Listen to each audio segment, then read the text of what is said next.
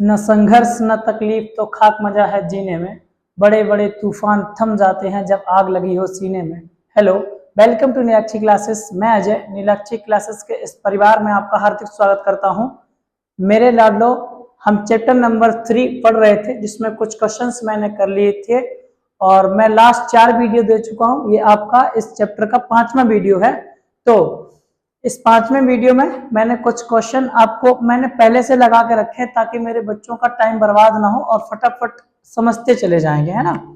और चलते हैं क्लास में, आज की क्लास को स्टार्ट कर लेते हैं और समझते हैं कि मैंने आज आपको क्या सिखाया है। चलिए देखते हैं क्वेश्चन को। चैप्टर नंबर 3 चल रहा है, दो चर वाले रैखिक समीकरण युग्म, और इसमें से कुछ क्वेश्चंस मैंने अपने लाडलों को करा दिए हैं। 3A आपका चल रहा है और ये रहे आपके आज के क्वेश्चन। क्वेश्चन नंबर मैंने आज आपका लिया था 3rd। तीसरा क्वेश्चन मैंने आपको करके दिया है और इस तीसरे क्वेश्चन को कैसे किया है बिल्कुल साधारण भाषा में आपको समझा देता हूं।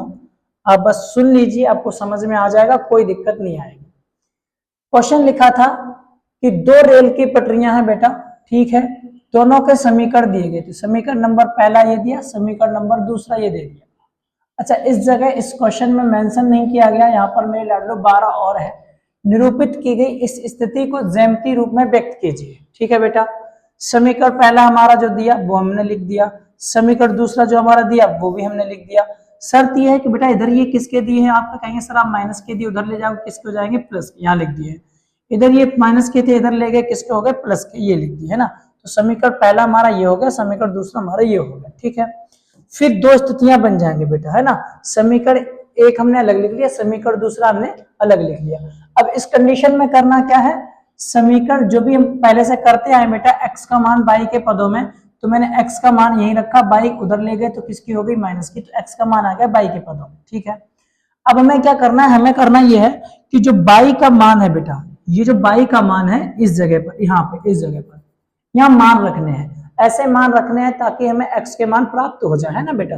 तो मैंने क्या करा, x का मान रखा 0, तो जब सॉरी y का मान मैंने क्या रखा 0, x बराबर क्या आ गया 4 की जगह तो 4 रहा, माइनस की जगह माइनस, 2 की जगह 2, पर y की जगह क्या रखा बेटा 0, तो 0 रख दिया।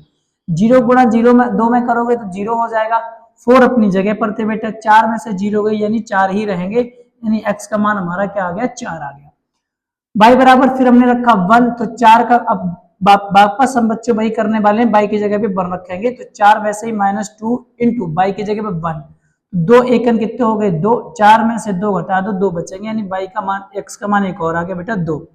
y का मान हमने कितना रखा 2 रखा, तो 4 - 2 और y की जगह पे 2 रख दिया, तो 2 दूनी 4 हो गए, 4 में से 4 गए आपके क्या आ गया 0 आ गया।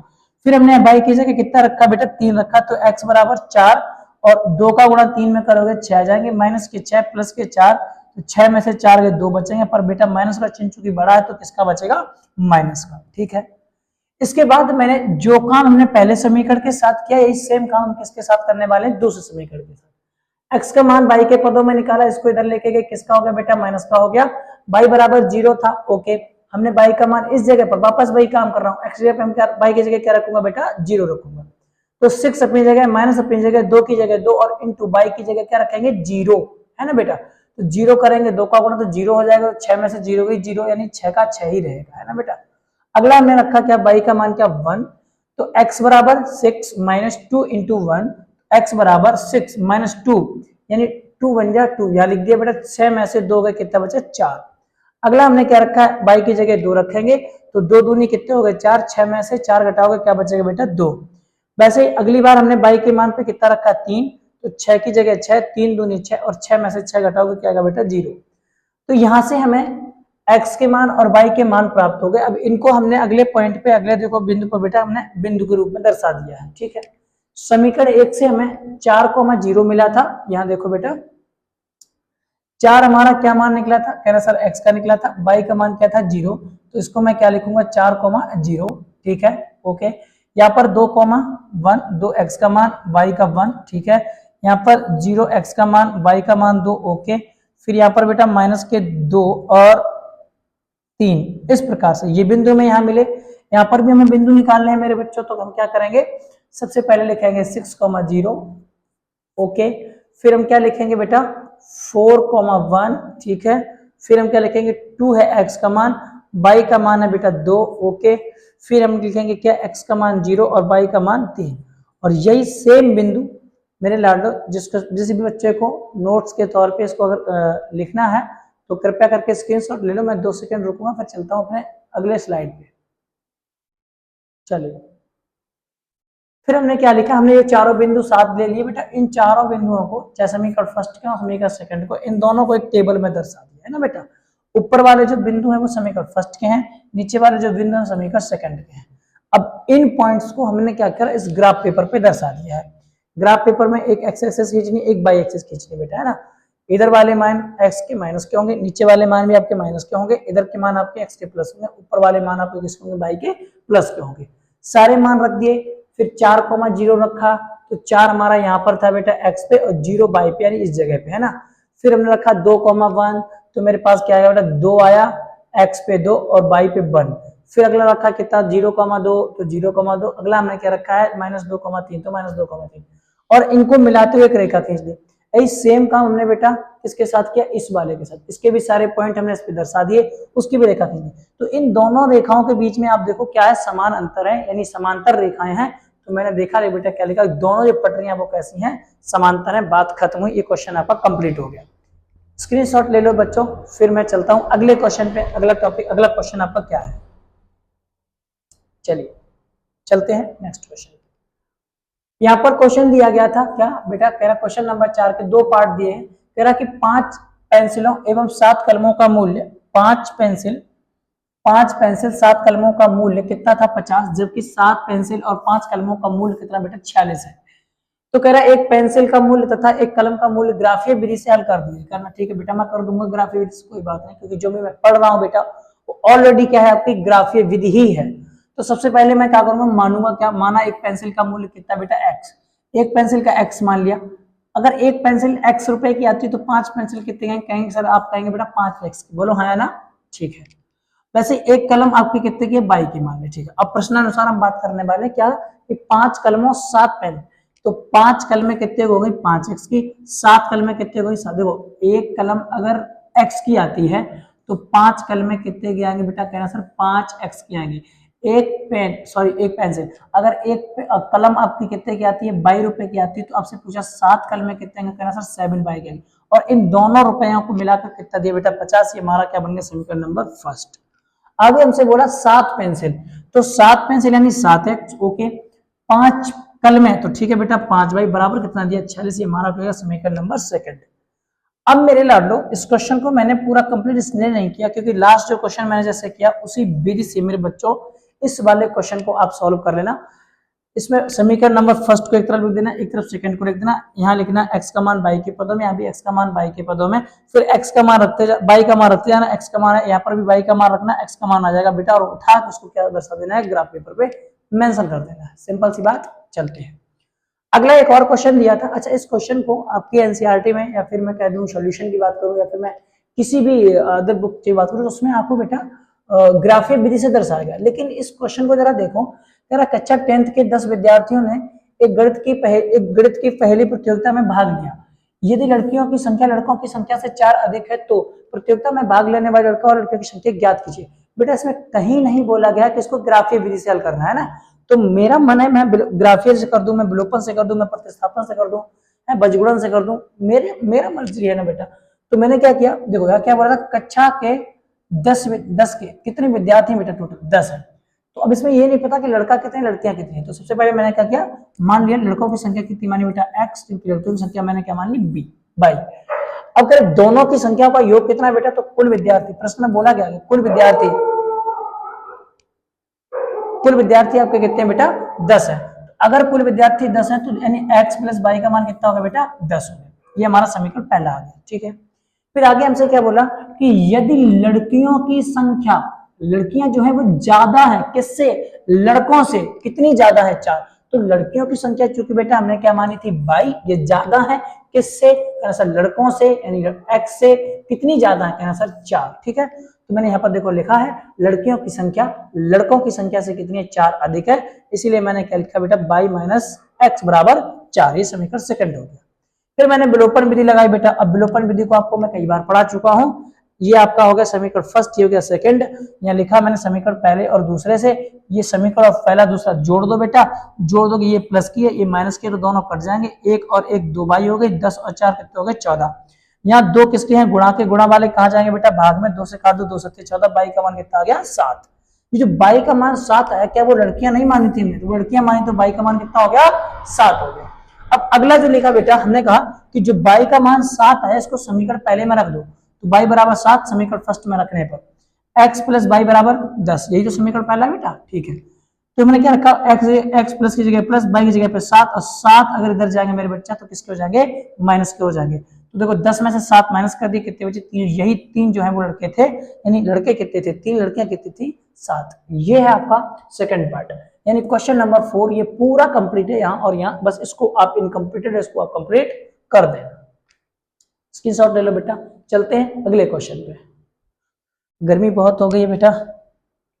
चलिए अब अगला जो क्वेश्चन दिया गया है, इस क्वेश्चन में इसके जो तथ्य है या जो थ्योरी है उसके साथ साथ मैं इस क्वेश्चन को कर भी दूंगा बेटा, कोई दिक्कत की बात नहीं। पहले मैं समझा चुका हूं, लास्ट वीडियो आप उठा के देखिए, उनमें आपकी इनकी थ्योरी मिल जाएगी है ना, थ्योरी पहले आप देख लेना, ठीक है। फिर भी मैं कोशिश करूंगा यहाँ पर ही कवर कर दूं। देखो क्या बोला, अनुपातों को A1 अनुपात दिए बेटा, A1 बटे A2 B1 बटे B2 और C1 बटे C2 लिखा कि तुलना कर ज्ञात कीजिए कि निम्न समीकरण युग्म द्वारा निरूपित रेखाओं के एक बिंदु प्रतिच्छेद करती हैं, या समांतर है या समपाती है। तो सबसे पहले मैं क्या करूंगा, इस क्वेश्चन को देखो। इस क्वेश्चन में हमने क्या करा, हमने ले लिया बेटा क्या, समीकरण पहला समीकरण दूसरा दोनों वाला ले लिए। ये ऊपर वाला समीकरण फर्स्ट है, ये समीकरण नंबर कौन सा सेकंड है, ठीक है। फिर हमसे जो लिखा देखो बेटा, जो भी अगर मैं समीकरण का व्यापक रूप बात करूं तो ax प्लस बी बाई और प्लस सी के रूप में होता है। तो ये जो समीकरण लिखे वो उसी रूप में लिखे, तो हमें कोई समस्या की बात नहीं है। बस x का गुणांक जो है वो a हो जाएगा, y का गुणांक जो वो b हो जाएगा, और c हमारा ये अचर पद हो जाएगा, बात खत्म हो गई। तो x का मान a है, तो a का मान मतलब a बराबर कितना हो गया 5, b बराबर कितना हो गया -4 और c बराबर कितना हो गया 8। लेकिन बेटा ये जो हमारा समीकरण है वो पहला है, इसलिए हमने A1 B1 C1 लिख दिया, ठीक है। अब अगले की बात करूं, मेरा समीकरण नंबर वहां कौन सा सेकंड है, 7x माइनस 6y माइनस कितने 9। अब मैंने यहां से क्या किया, ये भी बेटा a का मान है, ये b का मान है, और ये हमारा किसका है बेटा, आप कहना सर अचर पद यानी c का मान है ना। लेकिन ये समीकरण नंबर कौन सा, कहना सर 2 है। अगर ये 2 है तो फिर a2 बराबर कितना हो जाएगा 7, b2 बराबर कितना, a2 का मान 7, b2 का मान माइनस के 6 और c2 का मान माइनस के 9, सारे लिख दिए। अब हमें क्या करना है, हमें इनके अनुपातों की तुलना करनी है बेटा। तो सबसे पहले मैंने इसको अनुपात में लिखा 5:7 और 4:6, ओके। जैसे इस कंडीशन को देखा बेटा, 2 से काटा 2 दूनी 4, 2 से काटा 2 3 6, 5/7 बराबर 2/3, ये तो बराबर है ही नहीं। और अगर बराबर नहीं है मेरे बच्चों, तो ये जो कंडीशन है वो आपकी होती है, क्या है, A1/A2 बराबर ना हो B1/B2 के, तो रेखाएं हमेशा कैसी होती हैं, कहना सर एक निश्चित बिंदु पर प्रतिच्छेद करती हैं। क्या करती हैं बेटा, एक निश्चित बिंदु पर प्रतिच्छेद करती हैं। क्या प्रतिच्छेद करती हैं बेटा, कह रहे अगर इन दोनों समीकरणों को ग्राफ पेपर पे दर्शाएं मेरे लाडलो, तो कुछ इस प्रकार की रेखाएं बनेगी, यानी ये दोनों रेखाएं जो बनेगी वो किसी न किसी एक बिंदु पर क्या करेंगी, कहना सर जी ये करेंगे प्रतिच्छेद। बोलो हाँ या ना। चलिए अब अगले क्वेश्चन पे चलते हैं। अगला सेकंड जो क्वेश्चन लिखा था वो समीकरण फर्स्ट हमारा ऐसे दर्शाया, समीकरण सेकंड ये है। भाई बेटा सेम काम करना है, A1 A2 A1 B1 C1 A2 B2 C2, ठीक है बेटा। देखो मैंने A1 9 लिखा, B1 3, देखो यहाँ लिखा ना ये, और A2 मैंने कितना लिखा 12 लिखा, फिर उसके बाद A2 18, B2 कितना लिखा बेटा 6 और C2 कितना लिखा 24। अर्थात फिर से मुझे अनुपात निकालना तुलना करने के लिए, तो देखो बेटा 9 1 9 9 दूनी 18, 3 1 3 3 दूनी 6 12 1 12 12 दूनी 14। कंडीशन देखो बेटा 1/2 1/2 सारे बराबर है, और सारे बराबर इसलिए मैंने यहाँ क्या लिखा A1/A2 बराबर B1/B2 बराबर C1/C2। और अगर मेरे लाडलो ये कंडीशन होती है A1/A2 B1/B2 C1/C2 होता है, तो रेखाएं आपकी कैसी होती है, संपाती होती है। कैसी होती है बेटा, संपाती। अब ये क्या होता है संपाती मेरे बच्चों, तो कहना अगर इन दोनों ग्राफों का मैं इन दोनों समीकरणों का ग्राफ खींचूं तो ऐसी रेखाएं आएंगी कि पहली रेखा जिस पे होकर गुजरेगी उस पे सेम मेरे बच्चों क्या होगी, दूसरी रेखा भी होकर गुजर जाएगी। और जब दोनों रेखाएं एक पर ही होकर गुजरती हैं, ऐसे बिंदु ही आएंगे बेटा कि दोनों रेखाएं एक से गुजर जाएंगी, और जब एक से होकर ही गुजरेगी तो उनको हम लोग क्या बोलते हैं, संपाती रेखाएं। अगला जो थर्ड क्वेश्चन मेरे लाडलो मैंने किया है ये वाला, आप स्क्रीनशॉट ले लेना इस पूरे का, कोई दिक्कत की बात नहीं, आप आराम से घर पे कर लेना बैठ के। समीकरण पहला समीकरण दूसरा समीकरण पहले में मैंने इस प्रकार से लिखा, भाई बात सेम करना बेटा, a1 का मान a2 का मान, a1 का मान b1 का मान और c1 का मान, a1 b1 c1 सारे मान लिख दिए। फिर a2, फिर यहाँ देखो जिसके साथ गुणा में कुछ नहीं होता बेटा, वहां पर हम कितना मान लेते हैं, एक तो मानते ही है ना, एक का गुणा किसी में करो वैल्यू तो वही रहने वाली है, चेंज तो होनी नहीं है।